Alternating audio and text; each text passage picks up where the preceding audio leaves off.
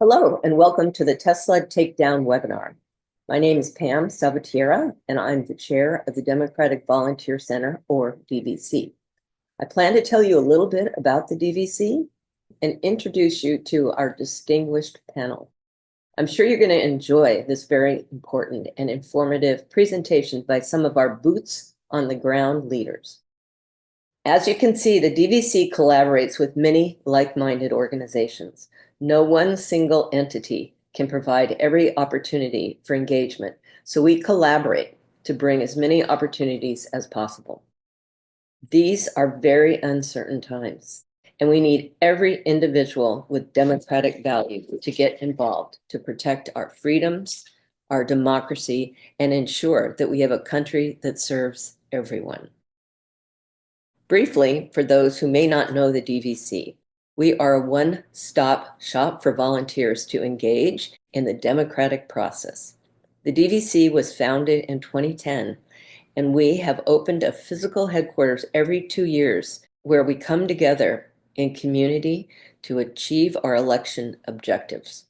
We provide the space, infrastructure, and resources, like phone banking, for example, hold events, and invite endorsed Democratic candidates to utilize the space for their campaign needs. The DVC is your space to use for your volunteer interests, learn about volunteer opportunities, meet new friends, and collaborate on ideas that will help us win elections.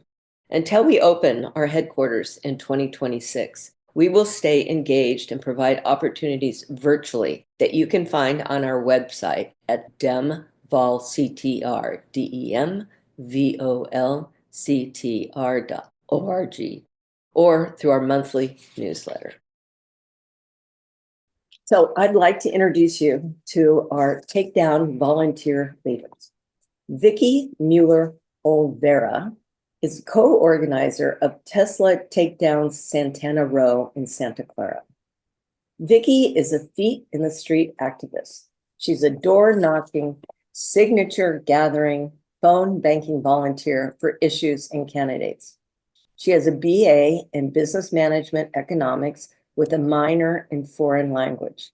She's a member of the safety team and organizer for the San Jose Santana Row Tesla Takedown. Next, we have Robert Campbell. He's the co-organizer for Tesla Takedown Sunnyvale. Robert is a PhD student working in computer science and AI research, which informs his critiques of AI and the anti-democratic, anti-regulation stance that the industry has adopted. Currently, he is the lead organizer for the Sunnyvale Tesla Takedown, as well as safety team member for San Jose and Sunnyvale. Bruce Hanna, event safety lead and convener for Tesla Takedown, California. Bruce is a former tech employee and an armchair scholar of nonviolent action theory who lives in Sunnyvale. He currently serves as a safety lead for the San Jose and Sunnyvale Tesla protests and as a working volunteer organizer for the Tesla Takedown California. Thank you all for being with us, and Bruce, take it away. So folks, we're going to save democracy by tanking Tesla. You can see the main website here for Tesla Takedown for finding a protest is on here, teslatakedown.com.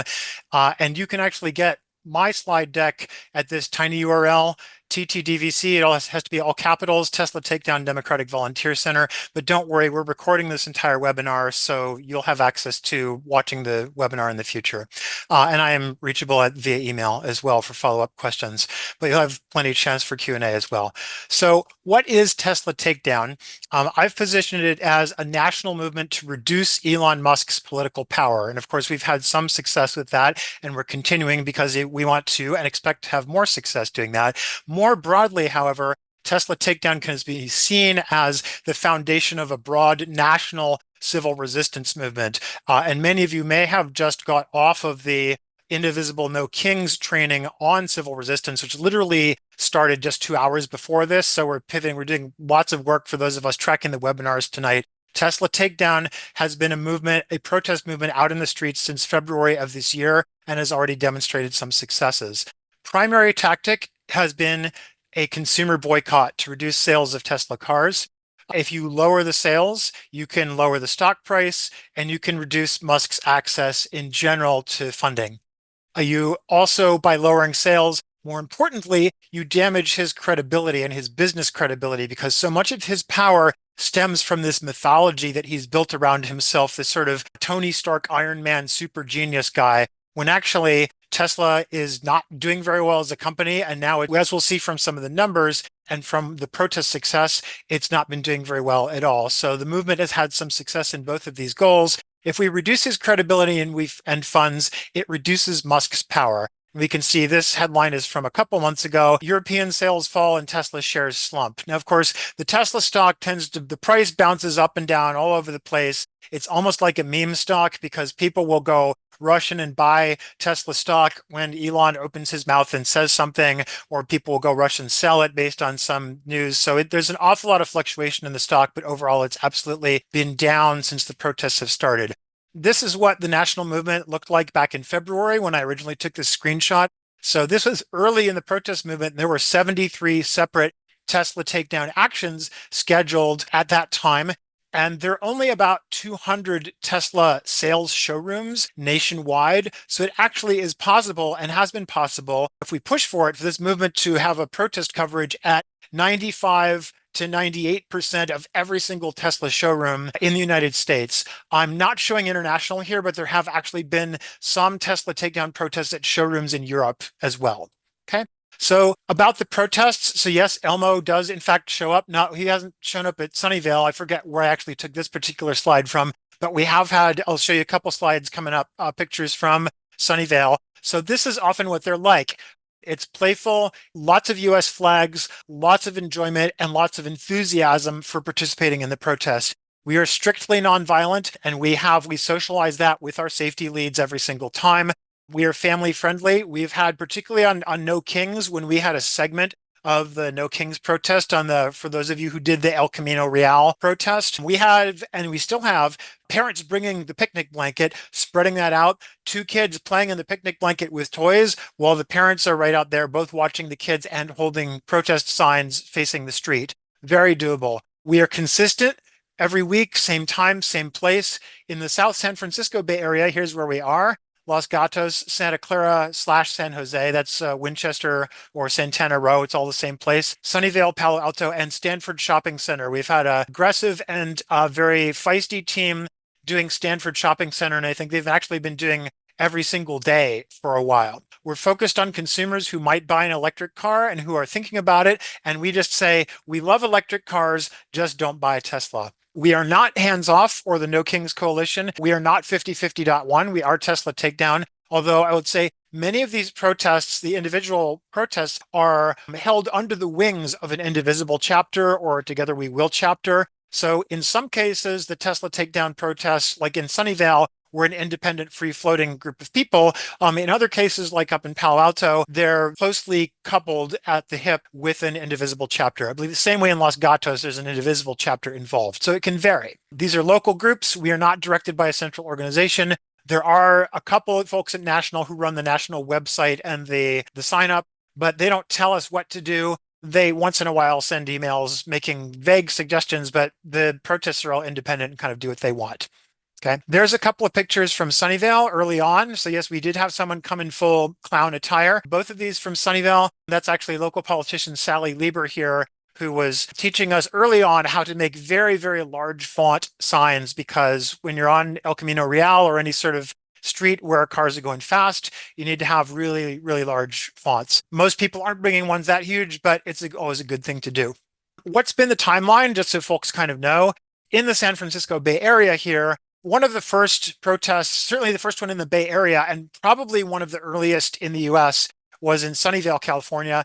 150, slightly more than 150 people turned out for that on fairly short notice. And then February 16th, we had a mass of 550 people show up in Palo Alto. And I should mention both of these were actually done under the auspices of Together We Will Palo Alto. So thanks to Together We Will for doing that. We have since shifted and Sunnyvale is on its own. Palo Alto is, I believe, closely tied with a new Indivisible chapter there. So around mid-February, TeslaTakedown.com, the national website, also went live. So we had a national sort of pin map thing people could sign up on based on zip code. And I would say if you're joining from anywhere in the country, you can go to TeslaTakedown.com, enter your zip code into the search tool, and it's like sort of any sort of search. It's an Action Network site, so it will tell you where the closest protests are to you.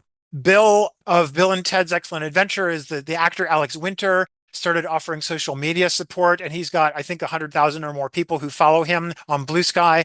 And then the campaign has expanded beyond just cars. There's now a divest from Tesla stock campaign going to get pension funds and other funds to divest, kicked off in April. And last month, there's an expansion to tell T-Mobile to dump Starlink. So that campaign is also getting underway. So we're looking at more ways of going after Elon's power. Tesla Takedown did participate in the Hands Off and No Kings national events. So when we do this, we sort of position ourselves as, well, we're kind of the Tesla segment of this, but you can come and do your hands off or your Tesla sign, bring your favorite sign, whatever you want to do. And weekly protests are continuing in July and onwards. So there's no sign of these stopping. They're a little smaller than they were. We don't get 550 people in Palo Alto anymore, but you can have a solid protest with, 20 to 50 people. And we do. Here are successes to date.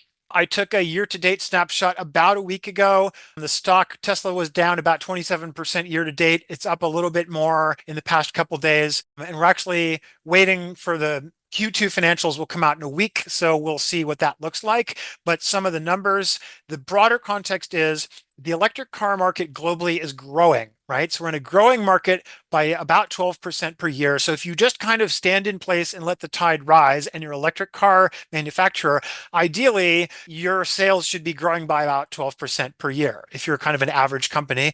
Tesla's not. Sales were down for Q1 13% year on year. They had a very bad miss on their earnings per share. It's only 12 cents earnings per share. Analyst consensus is 34 cents per share. Q2, similarly, we know their sales numbers. We don't know their financials yet. They haven't reported yet. Down another 13% year on year.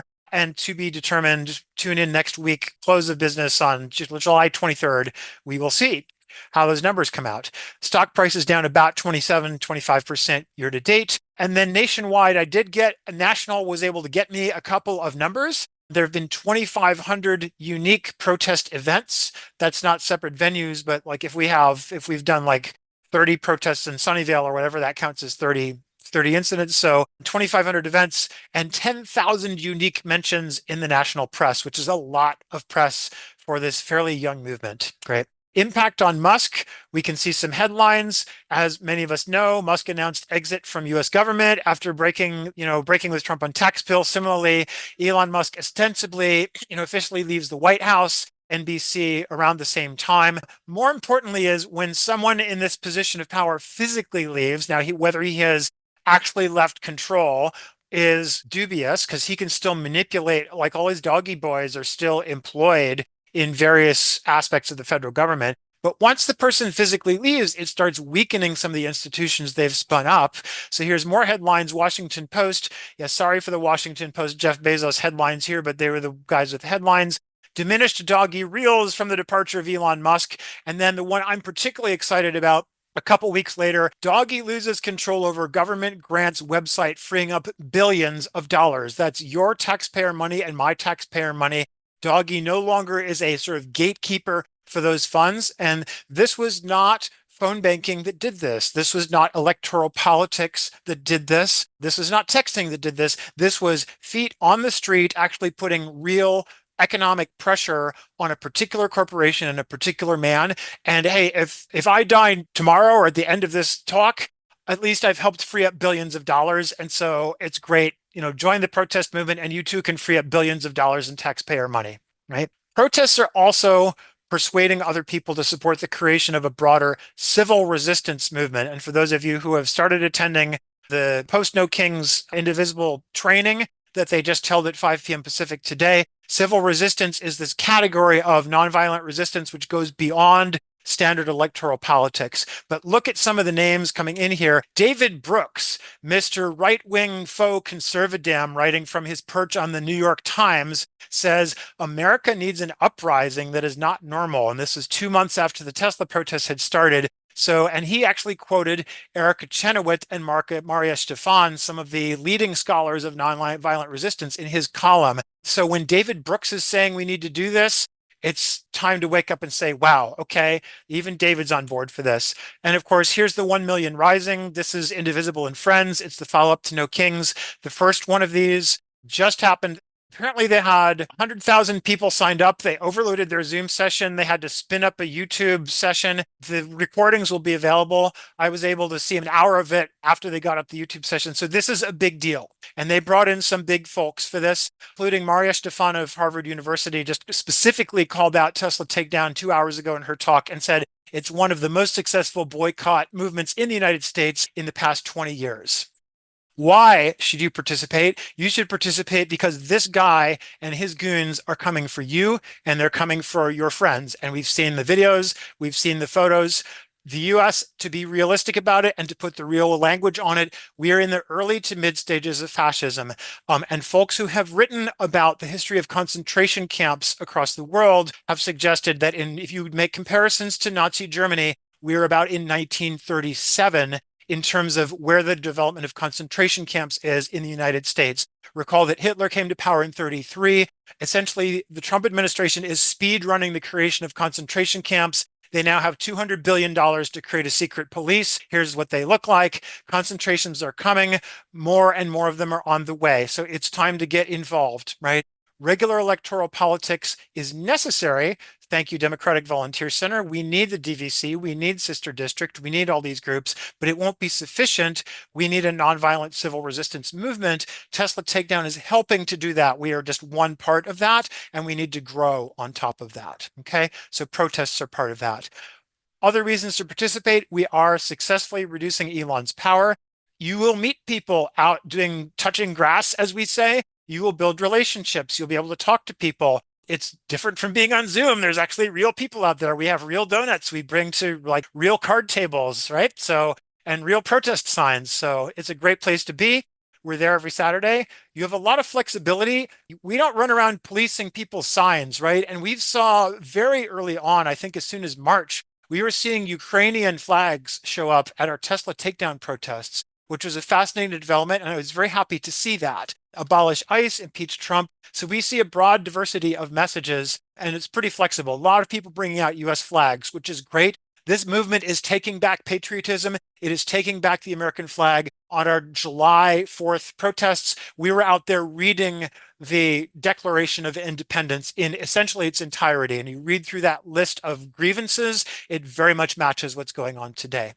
Physical visibility does matter. If there is no sort of physical, visual protest for people to see, it's possible to get this conspiracy of silence. And there's been sociologists who have written about this, where if nobody sees people resisting, you think, oh, I guess everyone supports what the government is doing. So by being out with a sign, you are helping thousands of cars passing along the street to understand that, yes, there's a resistance movement, and yes, you can take the side.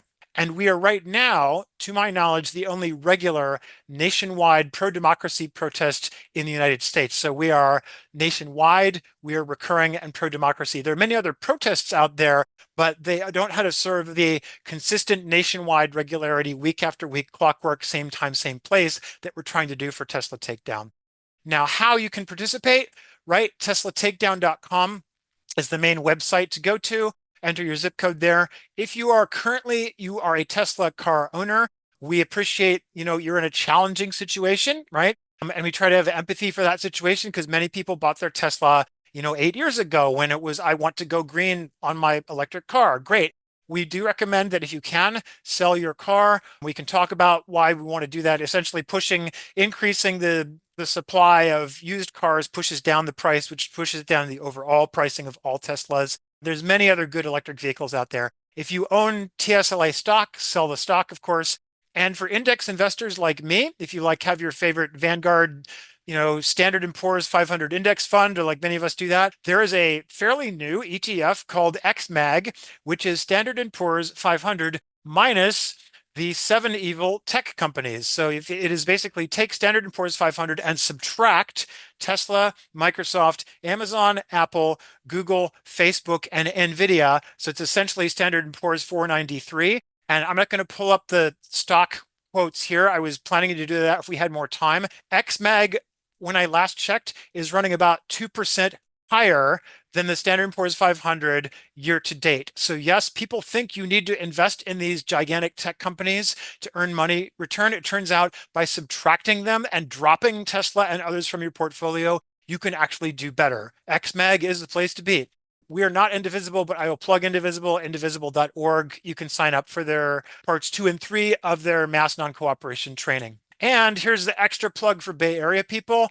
We are doing a thank you picnic for all past and current and future attendees. That's on the 27th, and I'm not going to give you the sign up link, and I'm not going to tell you exactly where it is, because if you come to any South San Francisco Bay Tesla protest, that's what, Sunnyvale, Los Gatos, Stanford, Palo Alto, what am I missing? San Jose, Santa Clara, then you can just ask for a flyer, you can sign up, and we're basically all protesting on Saturday, and then we're having a relaxing potluck picnic in the park on July 27th. So, and we have plenty of space, and we're going to have lots of people turn out.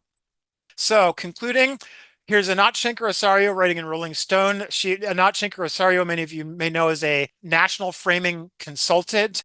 She trained under cognitive linguist George Lakoff, who wrote Don't Think of an Elephant, saying public action moves public opinion. And frankly, too often the Democratic Party has been the opposite. It's been reading too many opinion polls and then trying to generate actions based on the polls. You need to do it the other way. Getting active pulls people our way. Action moves opinion. You can't poll, cajole Democrats, or vote our way to democracy. We must take to the streets and demand it. To defeat Trump and save ourselves, it's time to stop reading the polls and start leading the protests. She wrote this on February 6th. Here's a picture of Palo Alto 10 days later at the first big, this is just some of the 550 people who showed up for this, and that's what we got. Now, of course, we weren't all reading her article, but clearly we must have been sort of channeling her thoughts by launching Tesla Takedown in the middle of February. I added a bonus slide with some links. This is going to be too much data for folks I know, but just so you know that it's all here. Main site is teslatakedown.com. These slides are at the tinyurl capital TT DVC.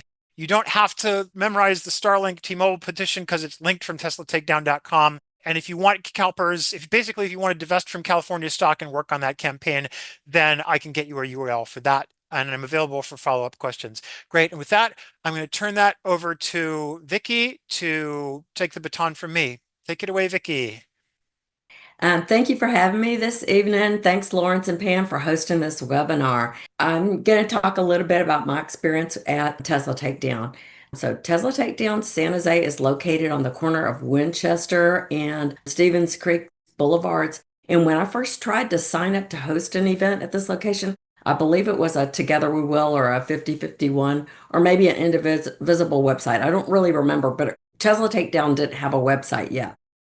The Santana Row Tesla showroom is located on private property. So due to an incident on Santana Row, we began our protest with a huge police presence. And I didn't want a false start, so we began with a slow, really careful rollout. On day one, 175 people showed up to the protest. So right off the bat, I knew that this wasn't a one-woman job, right? So I recruited or kind of deputized a volunteer that I had just met just like 3 minutes before.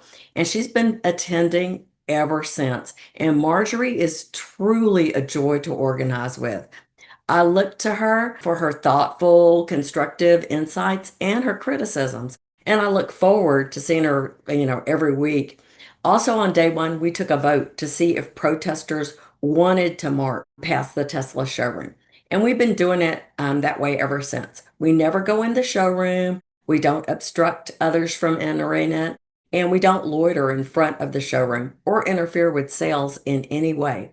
And we always take a vote. Volunteers who'd rather not do the march hold space for us on the sidewalk, and they do a little honk and wave to get our message out to drivers along this very busy intersection. So Robert is not only the Sunnyvale host, but he was instrumental in forming our safety team and keeping our peaceful protests safe. So right off the bat, we received media attention. I was like, wow, this is great. But over time, attendance has had its ups and slips a bit down, and so does media attention. But we had a full article in The Guardian. We had an article on the front page of the Mercury News above the fold. We've had local TV and radio all cover our protest out at Santana Row. We joined forces with the May Day International Workers' Day Coalition, and they're a strong, proud, well-respected tradition in East San Jose. And every year they host an impressive rally and march to the San Jose City Hall. So on Flag Day, well, I heard that this was the president's birthday and they held an event in his honor in DC. But here in the Bay Area, our Tesla Takedown Flag Day joined forces with No Kings Day. So Tesla Takedown, San Jose, Los Gatos, Sunnyvale, and Palo Alto, together with No Kings organizers, formed a 7-mile human chain down the El Camino Real from Tesla showroom in Palo Alto to the Tesla showroom in Sunnyvale. We handed out American flags and stickers, and we promoted our and flyers because we were promoting our upcoming global day of action. So in June, Pride Month, we celebrated Pride to showcase our pride in how we identify with flags, t-shirts, signs as part of our messaging. Here we have two of our organizers, Ashley and Cora, and this kind of organically fell together. This was just the protesters saying, hey, we want to do this. And yeah, they kind of led the charge, and that was super cool. Elon's birthday. It fell on a Saturday. So, of course, we just couldn't resist making it about ourselves and our collective strength. And we celebrated our success in lowering the value of Tesla stock and the sale of new Tesla cars. With the theme, Musk must fall, we were part of a global day of action. And in this slide, you'll see Robert. He's a member of our safety team. So we were gifted with a nonpartisan guide created by the League of Women Voters that explains what labels mean. And we handed them out to educate attendees about political systems and economic systems.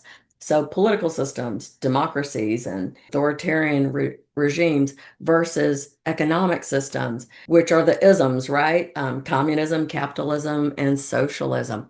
We've also been visited by a friend of mine, Kelly, who wants to get money out of politics just as much as I do. And we've been working to get a bill passed in the California Senate, Umberg's SB 42, which repeals a ban on publicly financed elections. Also, SB 398. And as a Dem organization, I know you guys are watching this one closely. This bill adds language to the election code, making it a crime to influence or persuade, and then to pay or offer to pay another person to vote or register to vote, including but not limited to a chance to like win a lottery or a similar prize drawing contest. So we're rooting for this bill to pass as well. So, and Kelly's been out there signature gathering at our protest to get money out of politics and to protect democracy. One Saturday last month, we voted for our favorite Oreo cookie. So the vote was done by a show of hands, and the choice was between the best of two. The next week, we followed up with a friend of mine, Mike from Ranked Choice Voting. On this day, it was more complicated. We had 5 different flavors of Oreo cookies, so we ranked our choices 1 through 5, and Mike delivered the results. In the next few months, we're going to have a voter registration information station. I'd like to invite each and every one of you here this evening to join us in our week-long lunch hour occupation. It's going to be from 12 noon until 1 o'clock Monday, July 21st through Friday, July 25th.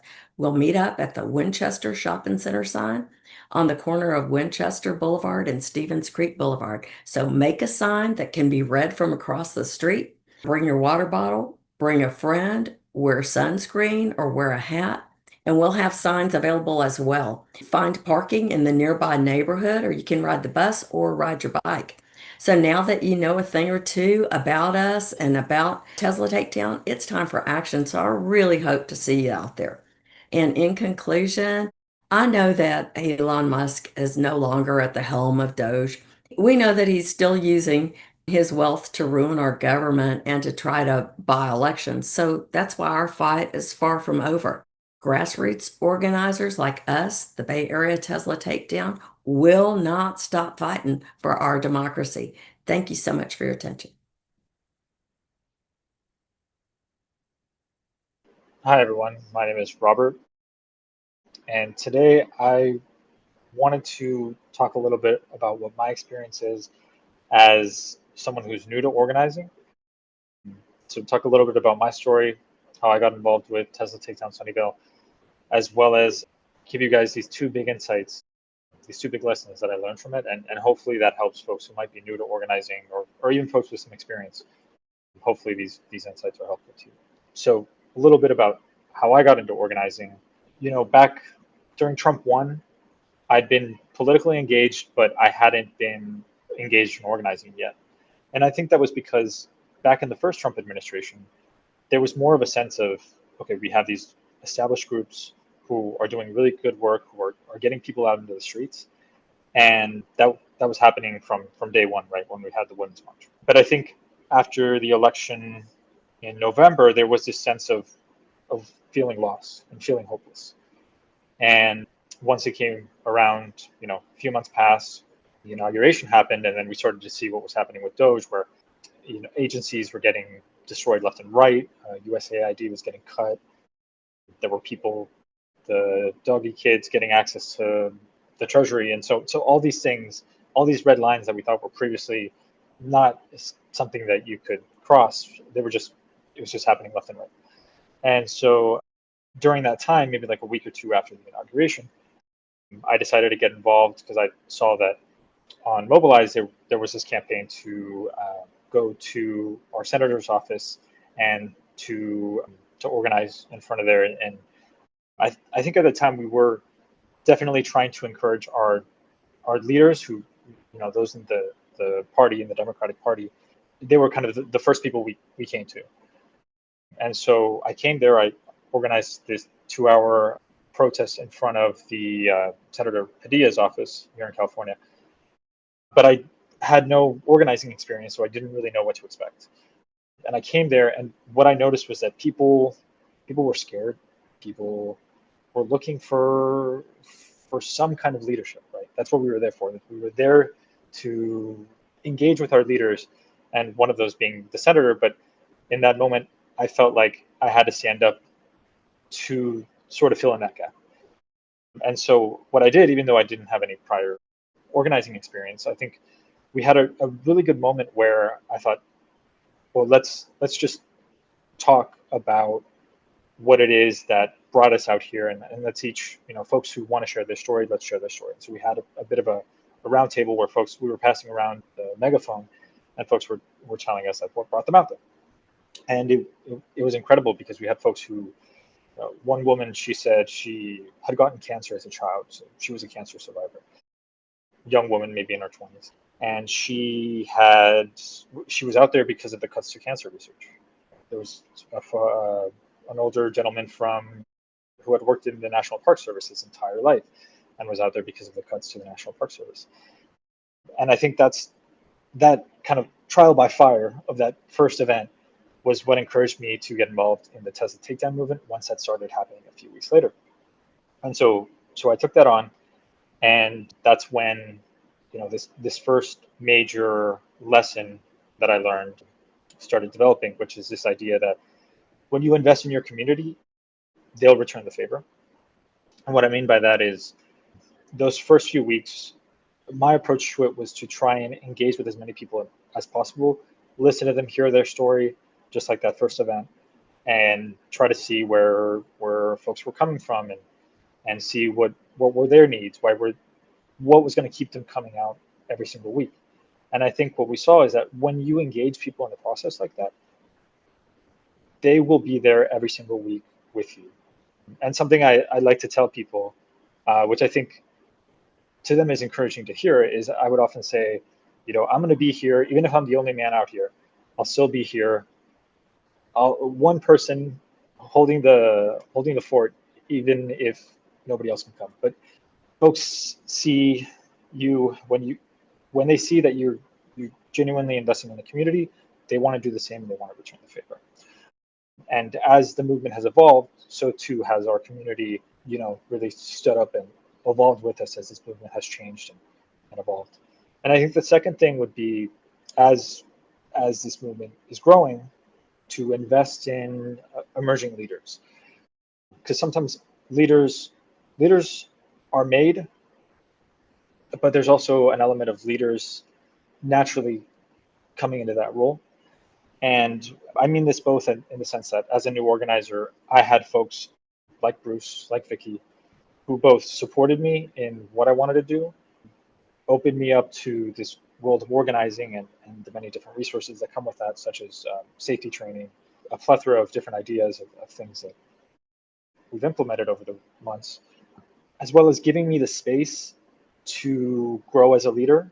So even though they're the ones with the experience, they never took charge. They always let me sort of take the lead, and they were there always to support, which is something that I think learning from them, I've been able to apply with some of the folks that are at Sunnyvale. Now we have, I think, a really strong roster, more than 5 people who, we have several folks who have over time, over the weeks, they, like Vickie said, trying to take more and more responsibility. They were, leading the march, leading the chant, so the chant leads, bringing snacks, making sure people had water as the temperature started to get higher and things started to get hotter.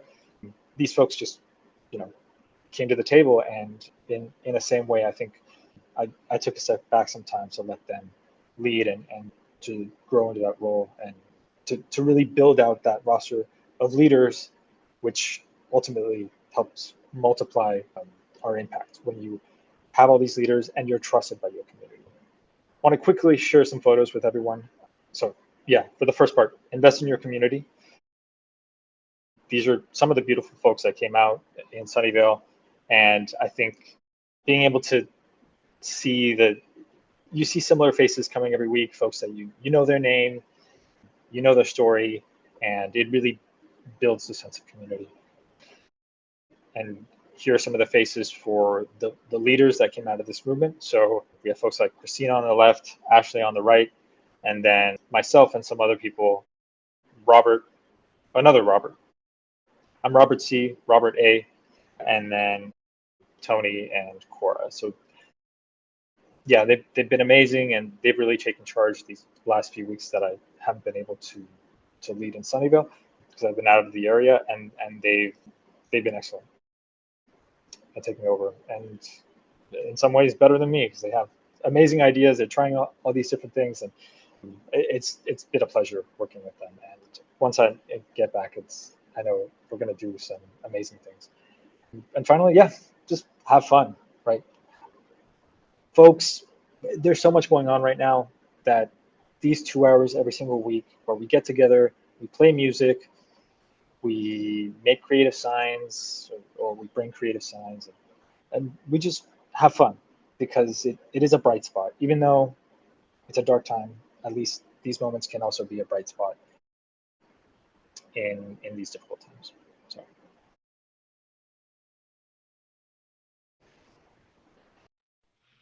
So thank you. I would like to invite the whole panel back. Vickie, Bruce, Robert, thank you so much for your material and talking to us. I want to start with a little bit about what the organization is like. I previewed you some of the questions we got from our audience members when they registered, and they said, yeah, well, don't forget Indivisible, don't forget Together We Win, don't forget all these other groups. There's a sort of sense in which Tesla Takedown doesn't exist, right? There is no central committee. There is no central plan. It's a lot of local people doing a lot of local things together across the country and having fun doing it. Can you talk about this very distributed nature of just getting on with it that is the Tesla Takedown movement, and how you blend in and out of other organizations? And maybe I'll start with you, Vickie. Oh yeah. Yeah, right off the bat. Well, we have friends. Well, everybody that's an organizer, does more than one thing, right? We have our big causes that we really care about. So we have a group here and a group there. So we just partner up with different groups. Like this year, I wasn't on the Mayday Coalition, but I've been on it in the past. And that way, I know these guys, or the DSA people or the Indivisible, some of those people. We know them, and so we can latch onto them and pull resources, yeah, or just, be a guest at one of their events, and speak or whatever. So yeah, I don't know any organized a real true grassrootser that only has one issue. There's a lot of work to be done out there. Yeah, I think the distributed nature of this movement has opened up to some really interesting experimenting. So each Tesla takedown has had their own spin on ways to approach the protesting, ways to approach the signs, things like that. For example, at Sunnyvale, we had one of our members show up with one of those inflatable men that you might see at used car lots, and that was custom made to say Elon sucks. And so it was perfect for what we were doing, since we had a lot of drivers coming by, right? It was great. And folks, it's like attention getting. People can read it as they're driving by. People are often speeding on El Camino, and it's great for the setting that we have, versus some other folks in other takedowns have, like I think the folks in Austin have taken aim at the self-driving car, the autonomous vehicle rollout that Tesla has done recently. And so that's something, local to their chapter, but that they've taken initiative with. So it's that spirit of experimentation and trying things, and sure, some things might not work, but I think movements in the past have shown that you have to be able to think quick on your feet, try things, see what works, see what doesn't work. And I think that's a major aspect, a benefit that comes from the decentralized nature of it all. Which means it's fun, which means it's social, all the things that everybody who here has been involved in the DVC, it's the people you meet are more important than the most important thing, and the work that you do together. Bruce, comment on just the sort of the feeling of the activities and the freedom that people have to express themselves. There's certainly that. And you asked a structure question as well, and I'll touch briefly on that. But you're right. Even in the conversations we've had within Tesla Takedown California, because I convene various leaders from around California, we found there's different tones and different norms, and we've had like Los Gatos has more anxiety about certain types of messaging, and then you've got someone down in, where was it, Burbank, like the Southern California folks who's like, dude, we've got ICE coming in and kidnapping our people. I'm not gonna like get in someone's face for using a protest sign that's a little strong and might hurt Elon's feelings, right? So there's a lot of that flexibility. That there still needs to be a core message, and I think that's where the genius of this is. It seems to have worked out, because if you have a totally distributed movement, if you have 500 separate little groups all trying to do 500 independent boycotts that are uncoordinated, you're not going to get anywhere. Boycotts have a central target, which in this case we do. It's Tesla. Now we're in the advantage. The good position is it's not a traditional boycott, because we're not asking the company to do anything. Normally when you boycott, you're trying to arm twist the company into meeting demands, and then you need a committee, a small group of people that can negotiate those demands. We don't need that. We're just trying to push the stock price down and put pressure on the company. So Tesla Takedown is not a C3 or a C4. There is no corporate structure. If you go to the website, you cannot donate to TeslaTakedown.com. They're not asking for money, and to my knowledge, there are 0 paid staff. The website nationally is run by, I believe, a couple of folks up in Seattle. So they do have someone's paying a small amount of money to Action Network. And once in a while, they'll send emails making suggestions, or they will say, hey, in 3 weeks, we're going to do a national day of action. Let's see if we can get coverage at every single Tesla's site, but it's up to us as feet in the street activists to do that. The one suggestion they made about 2 months ago was, hey, we've had some discussions with some, for some of our Jewish allies. Could you all dial down the swastika action a bit? You can say Musk is a Nazi, but putting actual swastikas onto posters is not helping us. And it would be better if we could use other iconography. And most of the, I think the protests have, to a large extent, said that makes sense and complied with that, but it's not like there's top-down orders coming for that. So you're right, it's a different tone at every location, and it's been working very, very well with some successes.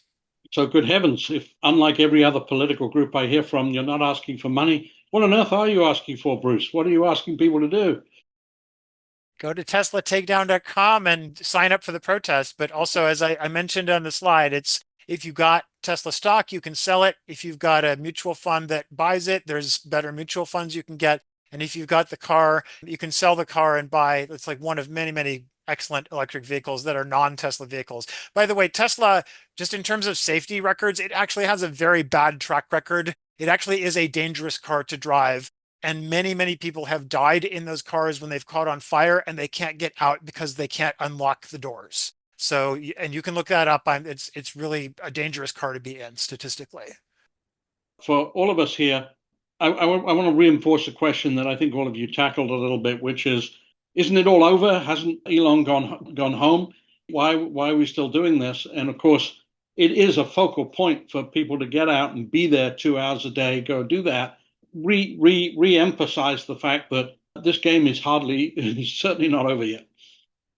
Oh, he's going to pass it to Robert. Well, let me know when you're ready to take that one, Robert. So I was going to try to find the article, but Robert, maybe I'm able to dig it out while he's talking. Musk has physically left Washington ostensibly, but realized now he's of course trying to spin up his own political party. He says so. He's doing the Ross Perot route. Essentially, all of those DOGE employees that were part of his wrecking ball team are still embedded in the federal government. And there's been articles, was it from Wired, Robert? I forget who, it was probably a Wired article. I think it was a Wired piece. They've been very good with the Musk cover.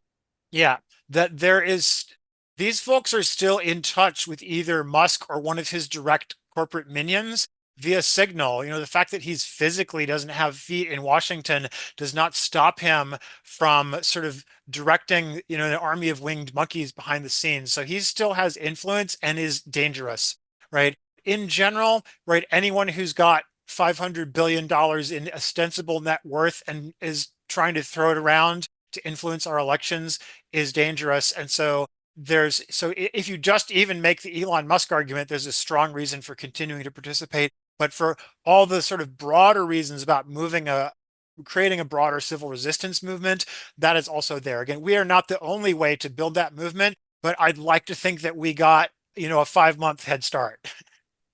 And you're the only one that I know I can turn up at the weekend and you're going to be there. We will be there. Sunnyvale, like clockwork, 2 p.m. is us, and Vickie's there at Santana Row, 10 a.m. every Saturday. Yeah, so I think the fact that the DOGE kids are still embedded in government is a big reason why it's still there.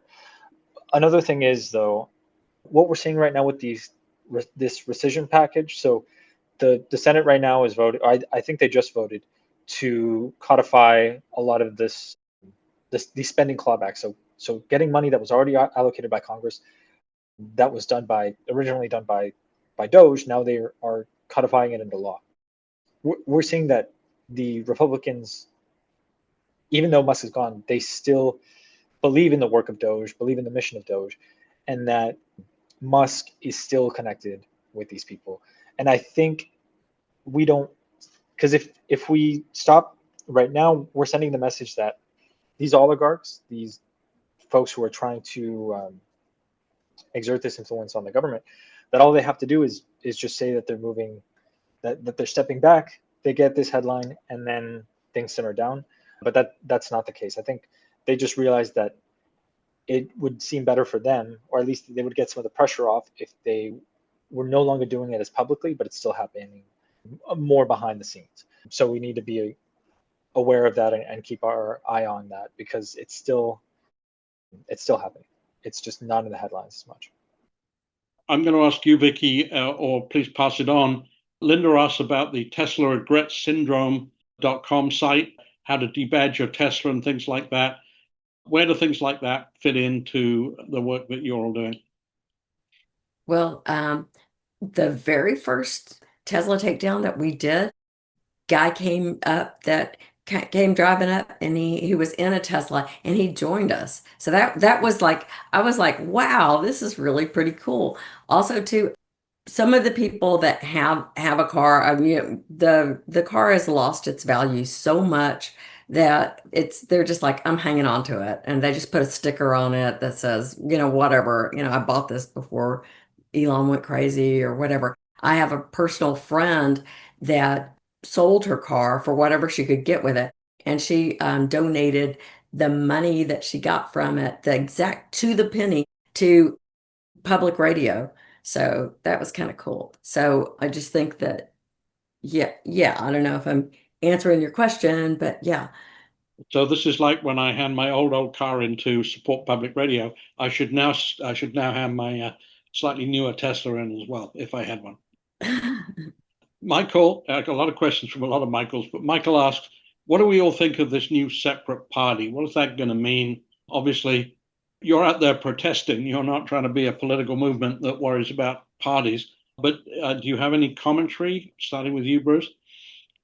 I haven't paid a whole lot of attention to it. I mean, the thing is, Elon's always trying to do stuff to stay in the news, and that's one way he keeps his stock price pumped up. So you'll notice he does this a lot, and it's a game he's been playing for many years, which is going out and saying, "Oh, and we're about to get, fully approved in Austin for self-driving cars, or we're about to roll this out in California." And he gets his stock pump tricks are not playing as well as they used to. Whatever, is he actually going to dabble with creating another party where he's going to be the autocrat of that? I don't actually care. It will certainly, one way or another, whether he choose to interfere in that mechanism or he choose to interfere via super PACs, like he tried to do in Wisconsin, dumping, I don't think he dumped in 100 million, but he certainly dumped in 10, 20 million or so into those races, I believe. So he's going to be there and he's going to be dangerous. Obviously, for a lot of us, there's just a lot going on. I was told, surely you're not going to go through all of the destruction of government, universities, education, legal profession, arrestment of citizens, arrest of judges, trade wars, disruption.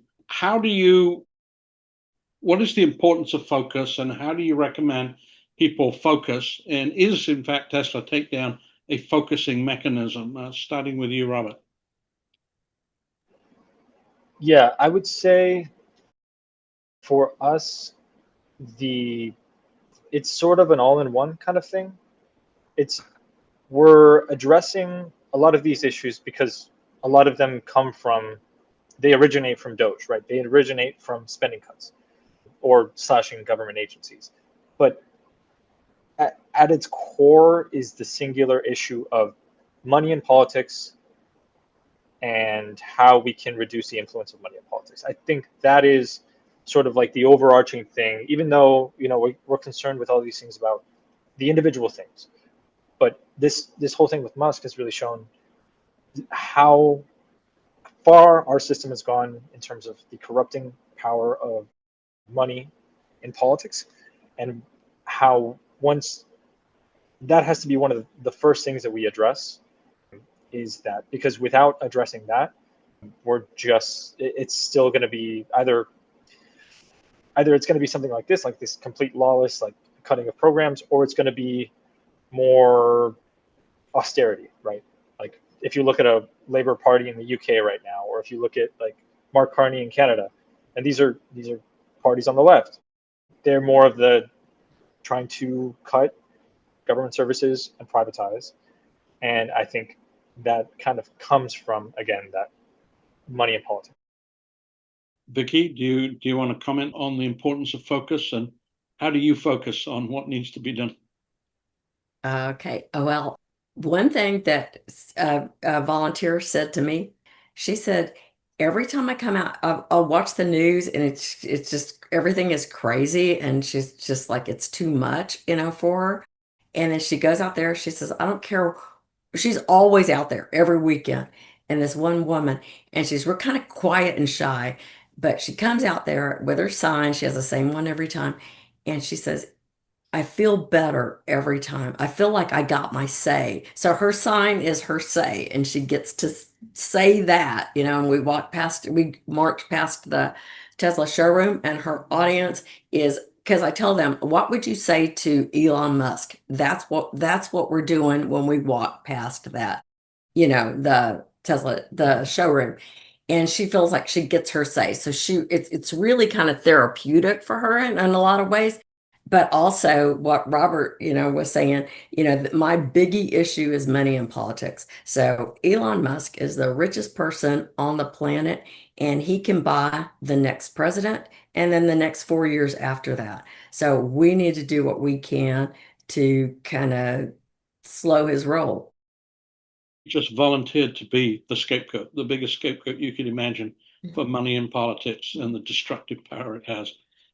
Do you have a final comment on what we need to focus on and how to focus, Bruce? Yeah, I wanted to make sure we kind of get to the heart of that question, because my sense is questions like that are often of the form, there's 1,000 fires burning. I can't deal with it. What should I do? You are not called to fight all 1,000 of those fires, and neither am I. And we don't need all 350 million people in this country all going to a Tesla takedown protest. That would be quite a flood of people. Like, our safety teams would be overwhelmed. But we do need you doing something, right? And so what each of us is called to do is I tell people, find that one thing, or maybe it's those two things that you're going to do to resist fascism in this country and resist autocracy and resist the police state that is coming, because that's coming. Find the thing that you are called to do and that you're good at doing, and do that consistently and do that well. And for me right now, it's doing safety at Tesla takedown protests. It's convening statewide, so we're bringing leaders together. It's making connections between folks. And then I have a couple of other ancillary projects, including working with the DVC. So I'm working for electoral politics. But your calling may be to resist book banning in your local school. Your calling may be to run for school board to keep some right-wing MAGA person off of that school board. Your calling may be to join one of the rapid response networks. And of course, DVC has done the rapid response training information session a couple months ago. We're going to need more people for that, because there's $200 billion coming to attack immigrants in this country. We need to ramp up those networks. But find what it is. And I can't tell you what it is because everyone's in a different life situation, but I get it. There's 1,000 fires burning. Pick the one or two where you know that you are the good firefighter for those, and do that. And that's what you have to do. And you trust that other people are being called to work on the other 999 fires. I think that is an amazing answer, Bruce. You're saying focus on what you want to focus on, but focus on it. And as you said in your talk, we have to get out on the street and demonstrate resistance in order to encourage other people to do it. And Tesla's going to be there. It's easy, it's fun, it's child-friendly, and they have picnics. Or you can do something else that's more complicated, but get out there and demonstrate to the country that people are resisting. I think that's an excellent answer. Thank you for that. I mean, and I would say, for those who just attended the Indivisible training 2 hours ago, and if you haven't, please do watch the video when they release it. That's exactly what they're trying to do, is they're trying to get folks to spin up hundreds of thousands of local resistance groups where people are talking in small groups about what they can do. So it's not going to be 100,000 people all taking marching orders from Indivisible, because Indivisible can't tell you what to do as your group of 10, but your group of 10 or 20 or so will decide. So it's going to be, we've got 1,000 fires. We're creating 1,000, we're creating 10,000, we're creating 100,000 of these local resistance groups that are trained in nonviolent civil resistance. And that's how we resist creeping fascism. And Tesla Takedown is just an excellent vehicle to practice that on and have fun. We're coming to the end of our session here. I want to ask a sort of final personal question, and it's a question I've asked in other webinars, and I generally quote John Lewis, who said, freedom is the continuous action we must all take. It is not some plateau. where we can sit down and rest. I'm always interested in what motivates you and all of us in keeping going, particularly in these stressful times. Where's your personal strength come from? How do you stay focused on the long game and not the, you can do more doom scrolling than one can possibly imagine every day if one's not careful. How do you maintain your strength in what you do? And I'm going to start with you, Vickie.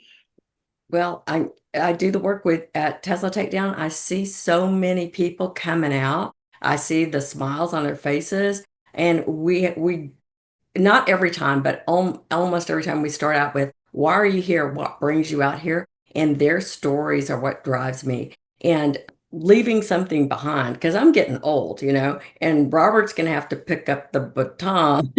So leaving something behind for these younger people, because it's when I bow out. But I think knowing that I can like bring up along with me, train up some people. And, instead of one Vickie, there will be, 20, whoever their names are out there helping me and Robert. Yeah. So I know that, out of one little person, I know I can make 20 more. And that's my goal, is to just make more. And what keeps me going is I kind of sometimes just can't listen to the news anymore, but, not that much, I'm just in and out of it. But I know I try to take Sundays off and just have a day that I just kind of stay away from signals. Really try to stay away from, just have that one day to just kind of decompress. And I think that that's really important to keep going and to, have your eyes on the prize, because no matter what you do, just like the unions, you will get a really good win, but then the next group behind, Robert, he's going to have to fight to keep it. So we might win something, but then the Roberts behind us gotta keep it. Yeah. And that's the drill. Yes, yes. Well, first I want to thank Vickie because I mean she and Bruce have both been amazing mentors, and I couldn't have done anything that I did without them. So I think, yeah, if her mission is to help the next generation come along, she's doing an amazing job. It's interesting because those hours when I'm out there protesting on Saturday, those are actually a break to me because the weeks before I'm reading up on the news, I'm staying up to date with that, and that is often more stressful than the Saturday when you're on the ground in the streets. It's actually a release. It's so joyful at times. Like, yes, there are moments when you're talking about things and you're talking about what's on the news and it gets a little stressful, but it's more fun. And I think that coming out is that moment, as well as like what Vickie said, taking the rest of the weekend off to just recover and to get ready for the week to come. The first comment I'd make, because I think you talked a bit about the doom scrolling issue, folks, you do need to be very cautious to regulate your social media intake, right? So you have to know your limits on that. And I've had to do that because that stuff is toxic, right? It can be and there's a lot of folks who get a lot of clicks and a lot of clout by posting, oh my God, we're all screwed, or this is, you could go through and see, we're doomed, we're doomed, we're doomed. And that stuff changes your brain, right? And so you have to not let too much of that into your brain. So protect yourself from that and find people of like mind who are working with you, right? So not doomists, right? Go find people, whether it's Tesla Takedown or some other group that is working on it. Now, for me, I have religious background as well. So I'm progressive Christian. And so I'm sort of anchored in sacred stories, and in scriptures that provide with narrative of how there's a constant working for good in this world. The t-shirt I recall from Sojourners is, hope is believing in spite of the evidence and watching the evidence change. Mm. And I would say we have seen that happen faster than almost any movement. I've warned all of the Tesla Takedown leaders that I have access to in California, do not expect that if you start a boycott movement that you normally get results in 3 to 4 months. This has been the fastest, most effective boycott movement that we forced this guy out of Washington in such a very short amount of time. So I see those successes there. Keep in mind also, right now in this country, particularly if you're a US citizen, you have dramatic ability to get out and actually we're protesting. We can do it. You can still do that. There, you have a broad leeway of action today, and you should use that now. I was reading some of the case studies. You go read like the case study for Argentina, where they couldn't, either mothers of the disappeared couldn't even like meet in a public square because the police would start chasing them out the moment they suspected there were like even 3 people gathering to discuss. And yet and this is in a regime where 20 to 30,000 people had just been disappeared and murdered by the regime. And yet they persevered and they were able to build a movement when their freedom of action was almost nothing. We have much, much more freedom of action in this country. So use it. It will make you feel much better. And again, believe in spite of the evidence and watch that evidence change, because it is changing right now before our eyes. I want to thank the panel. Please go to demvolctr.org and sign up for the newsletter if you're not already getting it, and read the newsletter. It is full of things to do, full of actions, full of political activities, full of elections happening now, full of Tesla takedowns. And as I think, as Bruce and Vickie and Robert have said, do this because it's good for you. It's good to be among like-minded people actually doing stuff. This is good for you. This is good medicine. Take this good medicine and get out there and demonstrate that we all have a resistance bone in our body, and we're going to do that alongside all the other things we've got to do around the election and everything else that we do. And let's stop worrying about things and let's take action. So I want to thank the panel. I want to thank all of you for the actions that you're about to take. Thank you for being here today. And thanks, everybody.